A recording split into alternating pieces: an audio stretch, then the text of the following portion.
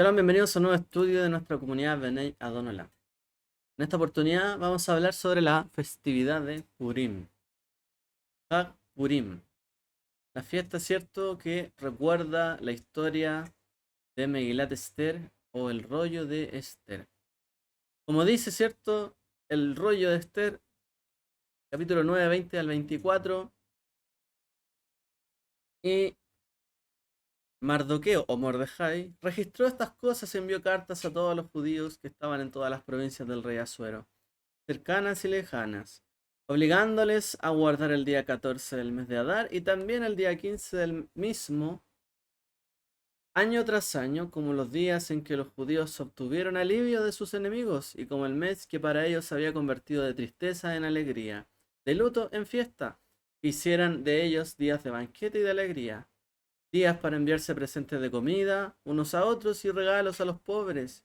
Entonces los judíos aceptaron lo que había comenzado a hacer y lo que Mardoqueo les había escrito, porque Amán Agageo, hijo de Amedata, enemigo de los judíos, había conspirado contra los judíos para destruirlos y había echado pur, es decir, suertes, para aplastarlos y destruirlos.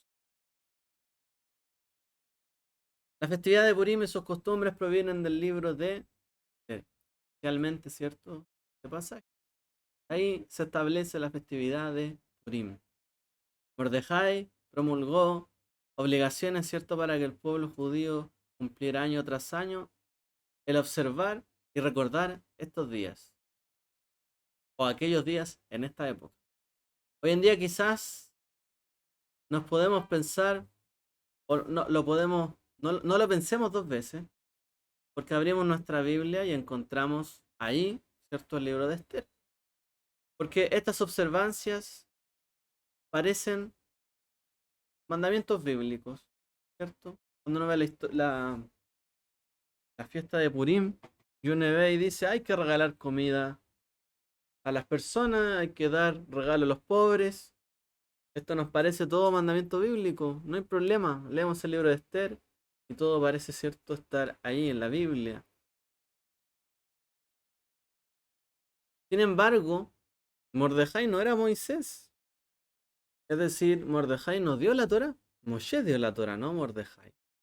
Entonces, estas instituciones son preceptos, mandamientos para el pueblo judío para siempre, pero si no, este no es Mordejai. O sea, este no es Moshe. No hubo, ¿cierto?, una revelación de una zarza ardiente, no hubo un monte Sinaí que le entregara a Mordejai la autoridad para dictar nuevos mandamientos. De hecho, algunos se preguntan, bueno, ¿por qué hay que guardar esta festividad o estos mandamientos si en realidad esto no es parte de la Torah, dicen? Bueno, en el momento en que sucedieron estos acontecimientos, no existía ningún libro de Esther, en efecto. No había un libro de Esther. Entonces, ¿sobre qué base pudo Mordejai imponer estas nuevas obligaciones para el pueblo judío? ¿Y cómo es que el pueblo de aquella época y todas las generaciones de judíos posteriores aceptaron las reglas de Mordejai que prácticamente introdujo dentro de los mandamientos de Dios para el pueblo judío? ¿Cómo fue que esto ocurrió? ¿Está correcto?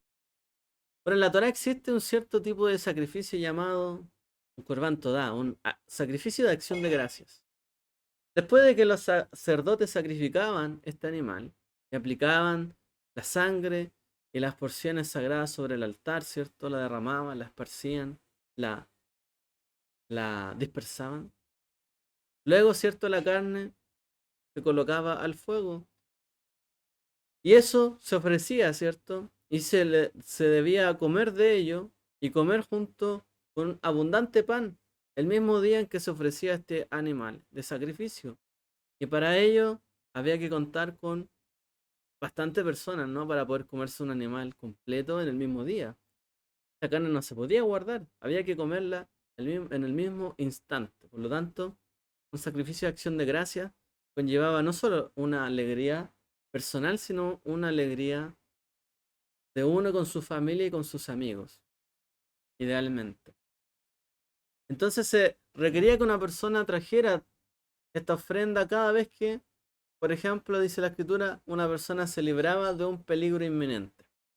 O si estuvo enfermo, gravemente y luego se sanó, o si sobrevivía a un viaje por el mar incierto o un viaje por el desierto también incierto, o si era liberado luego de haber sido esclavo, por ejemplo, o haber estado cautivo. De hecho, podemos leer el Salmo 107 donde se nos muestra, ¿cierto?, algunos ejemplos de esto. En definitiva, el Corbán Toda o el sacrificio de acción de gracias era para esto, para agradecer. Y debido a que tanta gente debía comerlo y tan rápidamente, brindaba también una oportunidad para que todos conocieran la salvación, lo que había ocurrido, ¿cierto?, a la persona. Como dicen los Teilim 116, 17 al 18. Os ofreceré sacrificio de acción de gracias e invocaré el nombre del Señor. Cumpliré mis votos ante el Señor en presencia de todo su pueblo. Es decir, existe una obligación bíblica para que una persona que experimenta una gran salvación agradezca el nombre de Dios de manera pública. Ahora, ¿cuánto más debéis hacer esto si en realidad toda la nación fue librada de un gran peligro? Bueno, las ordenanzas de Mordejai promulgaron, que Mordejai promulgó, tuvieron, ¿cierto?, rápidamente o precisamente se arraigó, ¿cierto?, en el pueblo judío por este motivo y por este propósito, para dar a conocer el milagro, para decir por qué estamos agradeciendo, por qué estamos haciendo, digamos, un sacrificio de acción de gracias. Bueno, a menudo, ¿cierto?, a eso se le llamaba Pirsumei Nisa en arameo, como promulgar el milagro. Cada una de estas de los mandamientos, ¿cierto?, de Purim están diseñados también para lograr esto a su manera. Es decir, hay una forma de agradecer, de publicar este milagro, de declararlo, ¿cierto?, lo que ocurrió en los días de la reina Esther en Purim. Y esto, ¿cierto?, es a través de una comida, acción de gracia. Eso es lo que hacemos año tras año. Entonces, en realidad aquí se le dio un motivo a este, por así decirlo, Corbán Todá, o un sacrificio de acción de gracia, el cual, cierto, es recordar aquella gran salvación. Ahora es importante para nosotros recordar que cuando Mordejai promulgó estas leyes no tenía la intención de imponerlas a las personas de todo el mundo, sino a su pueblo, ¿cierto? El pueblo judío. Como líder de Israel, las colocó frente a su pueblo, pero no quizás frente a todo el mundo. Ahora, que nosotros lo pensamos bien, cuanto quizá a la realidad de muchos, ¿cierto? En que buscan, ¿cierto?, estar bajo la higuera, bajo la sombra de la higuera, bajo los pies del Mesías. Y entonces se acercan, ¿cierto?, a los mandamientos y a la Torá de Dios, aún sin ser quizás parte de este pueblo que se salvó en este momento. Porque alguien podría decir, bueno, no es mi historia, yo no viví eso, no fue mi familia, pero tenemos cierta relación, obviamente, con el pueblo, ¿cierto?, que fue librado porque Dios está interviniendo en la historia, el Dios en el cual creemos. Ahora, todos nos beneficiamos, de hecho, de esta salvación. ¿En qué sentido? Que también puede continuar el linaje de la historia de Israel. Y el linaje después, ¿cierto? Ahí viene el Mesías. Por supuesto que todos nos beneficiamos cuando el pueblo de Israel fue salvado o es salvado. Sea o no sea uno, ¿cierto?, parte del pueblo, uno se hace partícipe a través, ¿cierto?, de la fe.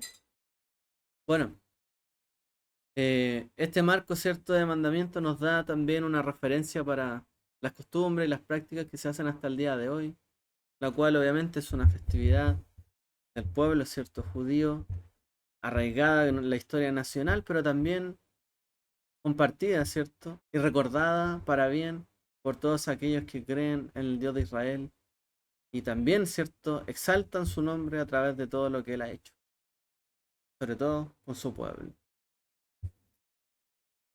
Bueno, nuestro objetivo en el día de Purim es dar a conocer el milagro, lo que ocurrió ahí, publicar el motivo de nuestra acción de gracias. Por lo tanto, tenemos que conocer algo de la historia y tenemos que leer la historia. Por eso, esta es la razón de por qué Mordejai, ¿cierto? Registró quizás esta historia, o por qué se registró esta historia en la forma de una carta. Porque no fue registrado como cualquier hecho, una memoria, no, fue una carta, un rollo, algo que es enviado para ser leído. Te lo mando a ti. Tiene una dedicatoria, ¿cierto? Y así, es una dedicatoria para todos los descendientes, ¿cierto? De Mordejai y el pueblo de Israel, para seguir leyendo esta historia. Una carta dirigida a cada uno. Ahora, según la halajá o la ley judía, esta Megilá, este rollo, que sería el libro de Esther, que nosotros lo leemos en la forma de un libro en la Biblia, pero en realidad es un rollo. Puede ser un rollo, ¿cierto? Un texto. Em, y se lee una vez por la noche y otra vez por el día. Es decir, cuando inicia esto al anochecer, se lee una vez. Y en la mañana del día siguiente, el día que se celebra, se vuelve a leer. La lectura es, según la halajá, obligatoria tanto para hombres como para mujeres. Y lo ideal es que se haga de hecho en forma comunitaria. En una Beta Knesset, se hace en la sinagoga. Y lo ideal de hecho es que sea público, para publicar el milagro y contar estas cosas. Por lo tanto, lo ideal en general es que se haga de manera pública tanto la primera como la segunda lectura. Pero también puede ser realizada, de no poderse, ¿cierto?, esta opción, en nuestras casas, de manera, digamos, reunida, la familia, y si no se puede, personal. Uno puede escuchar a otra persona leerlo, pero lo ideal es escuchar cada palabra. Incluso entonces es mejor si uno eh, lo sigue o sigue el texto con su propio pergamino. O sea, no se necesita que solo alguien tenga el texto, todos pueden tenerlo y seguir la lectura. Lo ideal, cierto, es que todos tengan una Megilá. Esto es lo que se estila dentro del judaísmo. Ahora, como indica el libro de Esther, Purim es un tiempo de banquete, una fiesta. De hecho, cierto, esto va bien con el tema de la historia porque los hechos, cierto, más cruciales se celebraron en medio de un banquete, de un espléndido banquete. Y luego también encontramos, cierto, al pueblo judío ayunando y suplicando por sus vidas. O sea, todo tiene que ver, por así decir, con la comida y la bebida. Es apropiado, por un lado, que el bando que gana celebre con comida y se alegre con esta, ¿cierto? Esta es como la intención. Estamos celebrando, ¿cierto? Alegrándonos y deleitándonos. Porque Dios de Israel triunfó y hubo una gran victoria para el pueblo judío. Bueno, em, esta es la regla, por ejemplo, para la comida de Purim, la festividad. Se suele hacer durante el día, es decir, el banquete es como un almuerzo. O, em, sí, es eso, es el almuerzo. El banquete que se ocurre en el día de Purim. Ahí debería realizarse o durante el día, cuando haya sol. Puede ser quizá antes, la tarde, más posteriormente, pero lo ideal es que sea durante el día de Purim. No en la noche que inicia, sino al otro día, cuando ya es el día de Purim. Entonces, quizá uno tiene una cena elegante al inicio de Purim, una fiesta, ¿cierto? Hacemos un gran banquete, pero en realidad la mitzvah se cumple, según la halajá, cuando se come en el día en honor a Purim. El horario normal de esto es que sea por la tarde, después de las oraciones de Minjá. Estamos hablando ya. Minjá se puede hacer después de Shaharit, desde el almuerzo en adelante, prácticamente. O desde el mediodía inclusive. Pero más que nada en la tarde. Entonces a menudo este banquete es una celebración que se lleva todo el día. Y eh, ahí ocurre, ¿cierto?, el principal banquete. Normalmente en ese banquete la gente come carne y vino como expresión de alegría.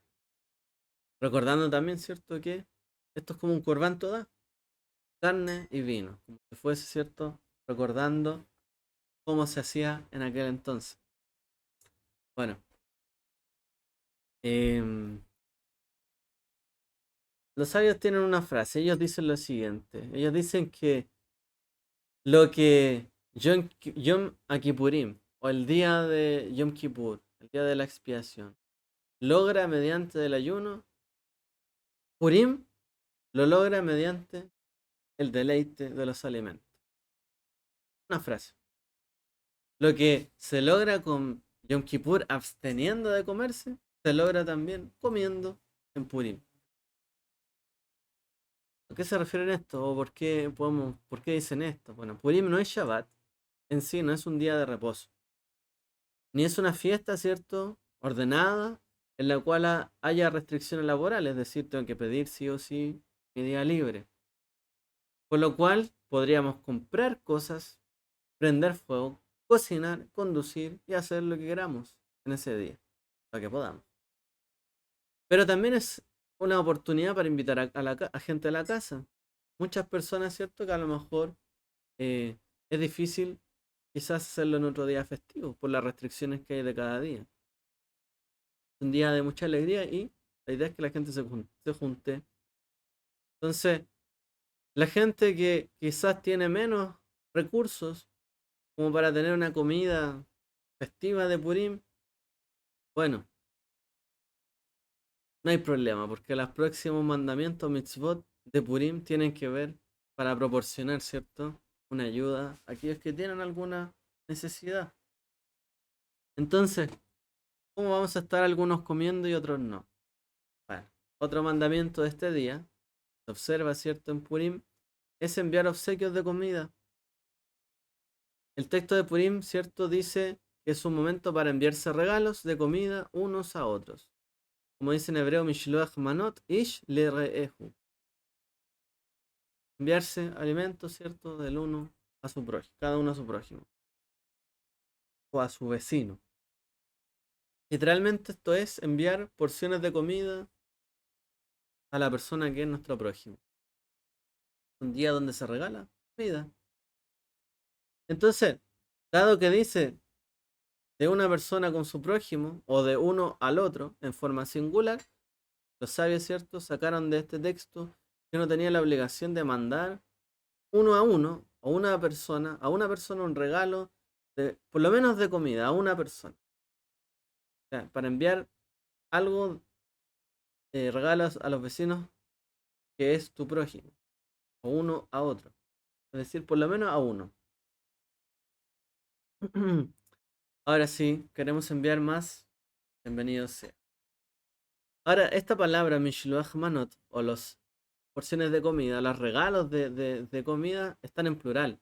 Entonces, se entiende que son por lo menos dos. Es a uno, por lo menos a uno, y son por lo menos dos tipos de comida. Por lo tanto, se suele dar, ¿cierto?, dentro de este regalo de comida, al menos dos tipos de comida diferentes. Podría ser algo para comer, algo para beber, y ahí complementar. Una cosa más, ¿cierto?, para tener en cuenta en la lectura literal es que no dice dar regalos de comida. Mishloach Manot no es dar regalos de comida, sino como decir enviando. Enviando regalos de comida. No es simplemente regalar, es enviar. Mishloach. O la palabra shluach, enviado. Enviar, ¿cierto? Entonces, esta palabra mishloach es enviar. O sea, se puede entender así. Es a través de un mensajero, a través de un canal, para que llegue mi mensaje al otro. O un shaliach, un enviado, ¿cierto? Un mensajero. Entonces, si es posible, es mejor dar el regalo a través de otra persona o un mensajero. O sea, simplemente está la costumbre de hacer lo siguiente. Yo tomo a alguien y le digo, oye, por favor, dale a esta persona este regalo de mi parte. Y con eso se cumple. Y se les puede devolver el favor y yo le doy tu obsequio a tal persona. Entonces, ahora si no encontramos a alguien, se los damos directamente. Pero es por un sentido de tener entender el tema, eh, el sentido literal para que esto se cumpla. ¿Ya? Ahora, este regalo de comida no es caridad. O sea, tampoco es un regalo. No es como regalar unos chocolates, ¿cierto? A la persona que uno quiere, sino que em, o dejarle un obsequio a alguien y no decirle de quién es. No se hace de forma anónima. Uno envía algo y le dice, mira, te estoy dando esto. Porque el propósito es despertar los sentimientos cálidos, ¿cierto?, de otra persona. Si se hace de forma anónima, eso no ocurre. O sea, a lo mejor me alegro, pero ahí queda. En cambio, si yo le doy un obsequio, nos alegramos juntos y ocurre, ¿cierto?, que hay cierta bondad en medio de esto. Para ello, ¿cierto? Se suele dejar esta comida, que uno da al menos dos tipos de comida en una bolsa de regalo, por ejemplo, en un cesto, en una caja, en una bolsita. Se le decora si se quiere. Y se colocan allí estos dos tipos de alimentos, por lo menos para comer. Em, la idea, ¿cierto?, es que no le va a regalar un paquete, no sé, paquete de choclos congelados. Claro, un tallarín 5C. No, porque la idea es que se lo pueda comer en el momento. Que alguien lo abra y pueda comer. Así que el choclo tiene que ir ya aliñado, tiene que ir listo, por así decirlo. Le va a regalar algo a alguien, hay que darlo listo para comer. ¿Ya? Galletas, nueces, los secos, frutas dulces, lo que sea, botellas de vino, tarrones, todo lo que sea para llegar y servirse. Eh, obviamente es bueno, ¿cierto? Todo este tiempo porque esto todo genera alegría para el banquete. Ahora, para elegir a las personas a las que se les va a enviar, eh, se puede pensar en alguien con quien queremos tener una cercanía, obviamente. A veces, cierto, es difícil acercarse a las personas, pero cuando uno le da un obsequio, da un gesto de que en realidad me importas, ¿cierto? Hay una apertura, ¿cierto? Un acercamiento cuando uno hace esto. Em, y también, obviamente, pueden ser las personas más cercanas a las que les tenemos más aprecio, que- o que aprecian mucho, ¿cierto? Este tipo de gestos. Ahora, si uno recibe tantas porciones de comida, también uno es libre de hacer con ellas lo que estime conveniente. O sea, si uno quiere seguir compartiendo con otros, por supuesto que lo puede hacer. No es como que me llegó el regalo, este es mi regalo. No te doy, porque es mi regalo de Purim. Obvio, obviamente, ¿cierto? El otro decreto, ¿cierto?, para esta fecha es dar dinero a los pobres, o sea, darse de acá. Y este quizás es el evento más importante porque estamos ayudando al que no siempre puede tener un banquete y alegrarse y reírse porque tiene necesidad. Ahora este no es el mismo concepto que el anterior de dar comida, ¿ya? Porque ese es un principio, enviar comida. Otra cosa es dar dinero. Esto es aparte, estamos hablando de algo efectivo, algo real, ¿cierto? Para el pobre, porque el pobre es pobre porque, o sea, si no puede comer algo mejor es porque no tiene con qué adquirir aquello. Le falta, ¿cierto?, el poder para adquirir estas cosas. Le falta dinero hoy día en la sociedad que vivimos, ¿cierto? Entonces, no se trata de un regalo, se trata de una ayuda, ¿cierto? Que em, independientemente de quizá lo que tenga o no, em, porque uno le puede regalar algo a cualquier persona, tenga mucho dinero o tenga poco dinero. Regalarle algo a quien sea. Pero regalarle dinero a alguien que está nadando en dinero no tiene sentido. Pero regalarle dinero a alguien que no tiene, tiene mucho peso, ¿cierto? Y prácticamente es una mitzvah. Ahora, lo ideal es dar dinero a los que necesitan o hacerse de acá todo el tiempo. De hecho, es una mitzvah, entonces, ¿por qué es diferente en Purim? ¿Por qué hay una mitzvah que tiene que ser en Purim esto? En realidad, ya hay una mitzvah que ordena esto. ¿Por qué tendría que Purim haber ordenado esto mismo? Bueno, de nuevo, el objetivo, ¿cierto?, que se tiene con esto es dar a conocer el milagro. Entonces, lo ideal es que si la persona quizás no conoce la historia de Purim, no la aprende, no tiene acercamiento, le sirva, ¿cierto? Esta acá para interiorizarse, conocer, saber por qué me están dando este dinero en este día. ¿Qué es lo que pasó en ese día? O sea, no es simplemente dejar caer unas monedas, unos billetes ahí en la cajita de acá o donarla a una organización benéfica eh, con la cual uno podría cumplir esta mitzvah, sino que en realidad se le da con un propósito. Al igual que otras mitzvot, ¿cierto? Em, el regalo a los pobres debe entregarse durante el día. O sea, lo ideal es hacerlo en el día de Purim. Le vamos a dar algo en Purim, démoslo en Purim, en ese día. O sea, uno debería darlo lo suficientemente temprano para que la persona pudiese aprovechar ese dinero en Purim.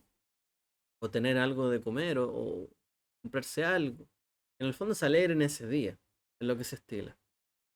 Eso significa que lo ideal es hacerlo inmediatamente, quizás después de la lectura de la Megilá.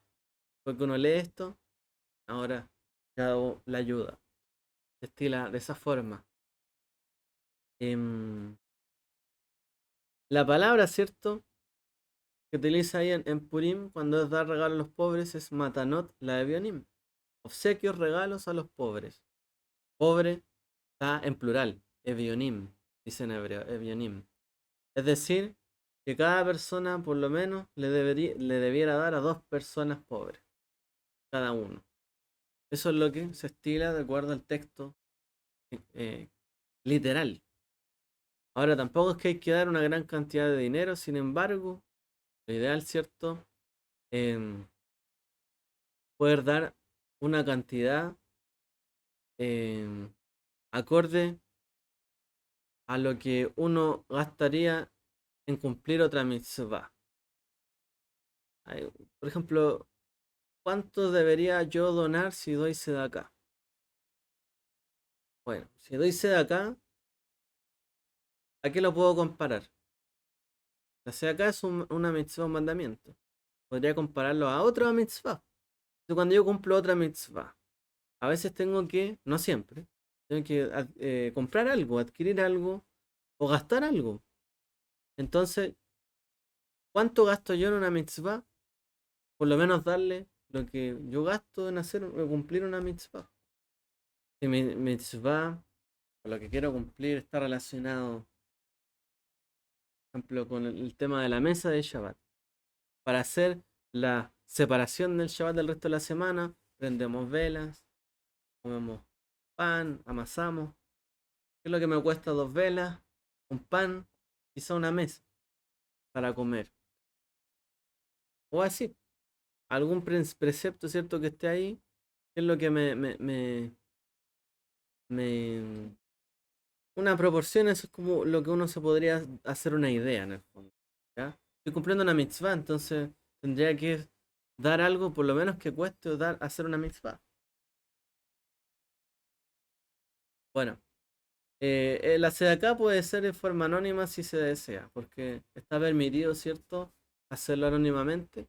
Si quiere, porque el objetivo es que reciba esta ayuda y que conozca el milagro. O sea, no le tiene que decir que fue usted, sino es un regalo de Purim, por ejemplo.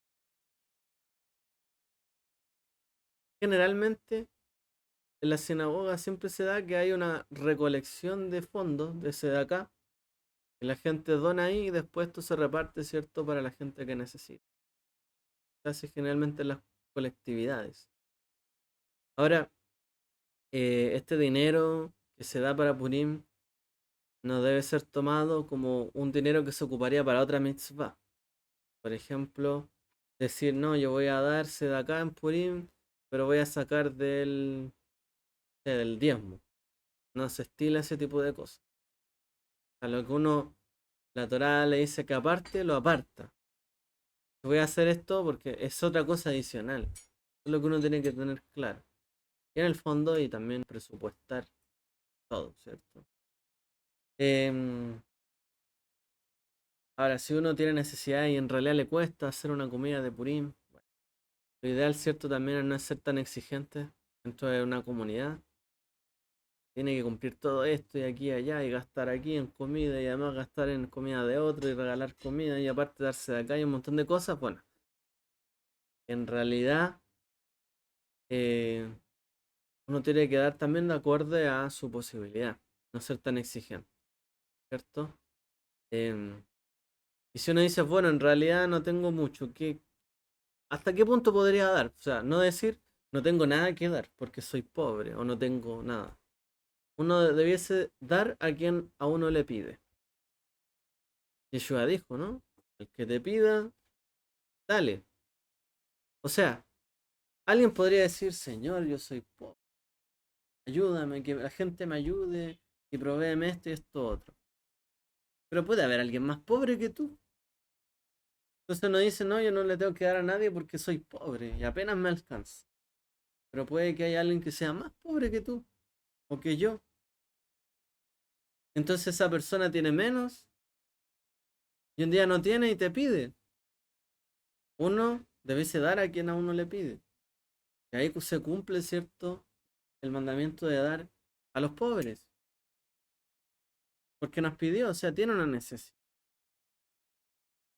Si uno se siente demasiado pobre, tiene que pensar en eso. Y Yeshua lo dijo. Nadie es suficientemente pobre como para no dar algo, ¿cierto? Ni nadie es suficientemente rico como para no recibir algo.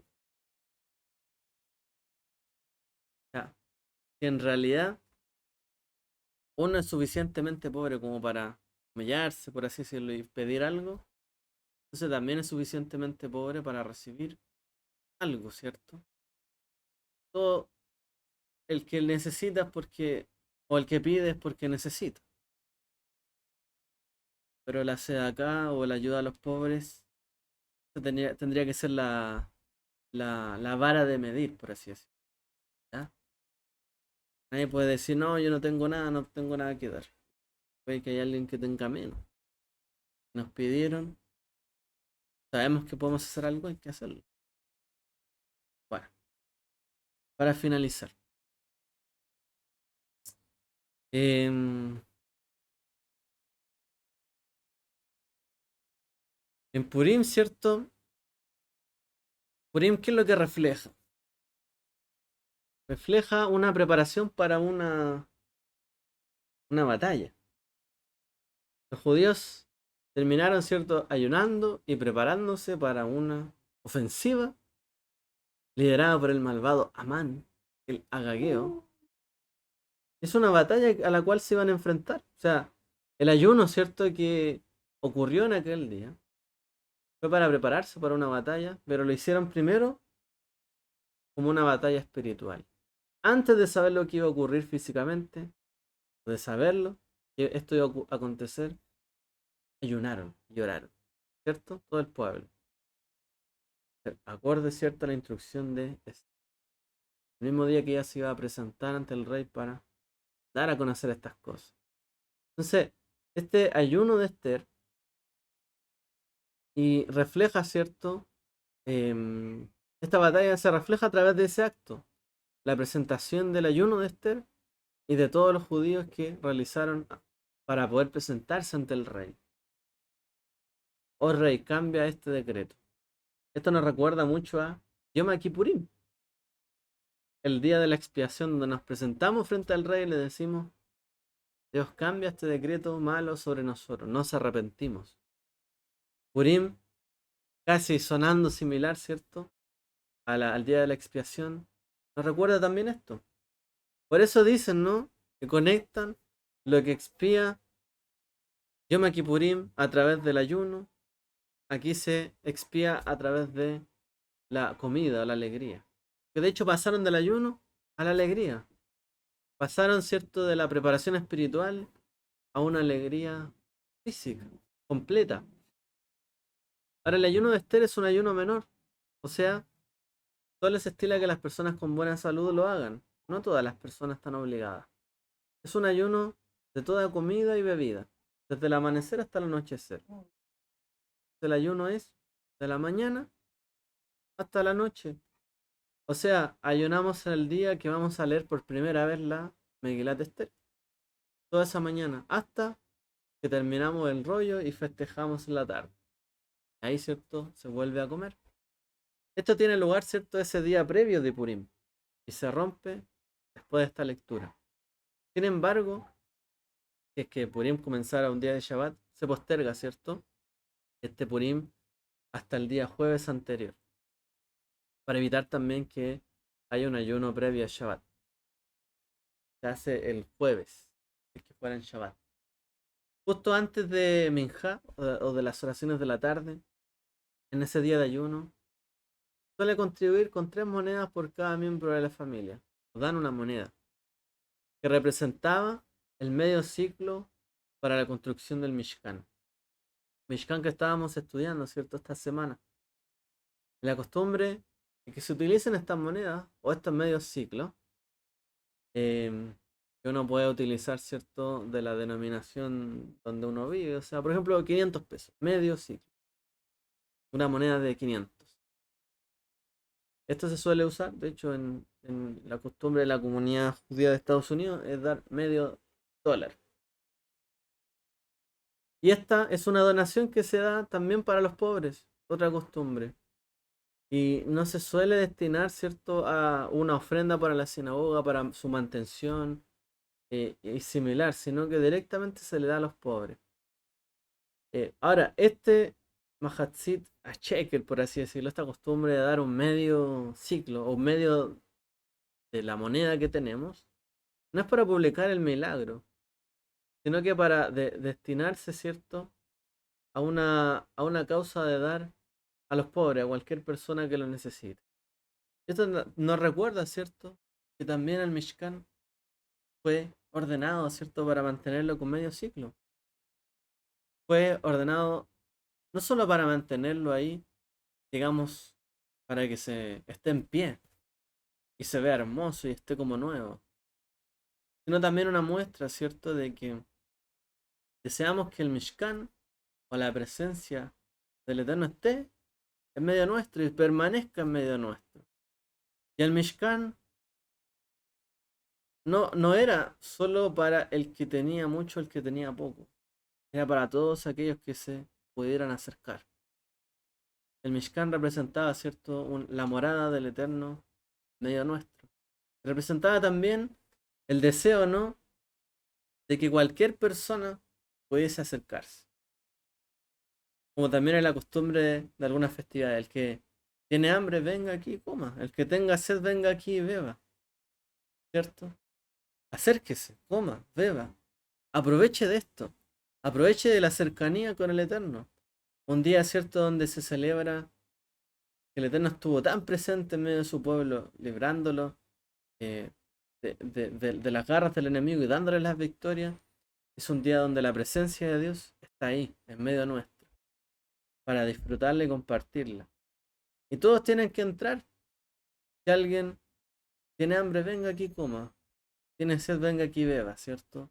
Y disfrute de las bondades del Eterno. Y eso no solamente en Purim, sino siempre. Y bueno, un poco, todo esto son las costumbres y tradiciones que se hacen en Purim.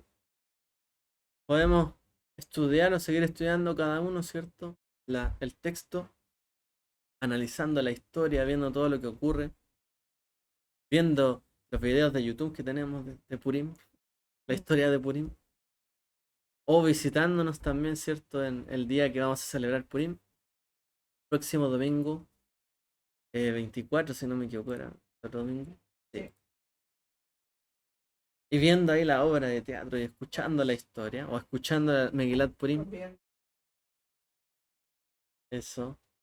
Lo importante, ¿cierto?, es juntarse, reunirse, celebrar, recordar, publicar el milagro y saber que el Eterno sigue hasta el día de hoy haciendo milagro estando con nosotros. No solo estuvo ayer, hoy, siempre ha estado. Siempre ha habido un enemigo que se levanta contra su pueblo en cada generación. Pero el Eterno, en su bondad, nos libra de sus manos. Siempre. Pero puede que el enemigo nos quiera destruir, pero tenemos que entre nosotros, entre el pueblo, estar unidos, como lo estuvieron ellos. Ayuno y oración. Estuvieron unidos y prevalecieron. El Eterno también quiere eso, ¿cierto? De nosotros, que estemos unidos, adelante, ¿cierto? Para prevalecer. Dejémoslo hasta acá. El Eterno les bendiga a todos. Les debo una gran semana. Shabu a todos.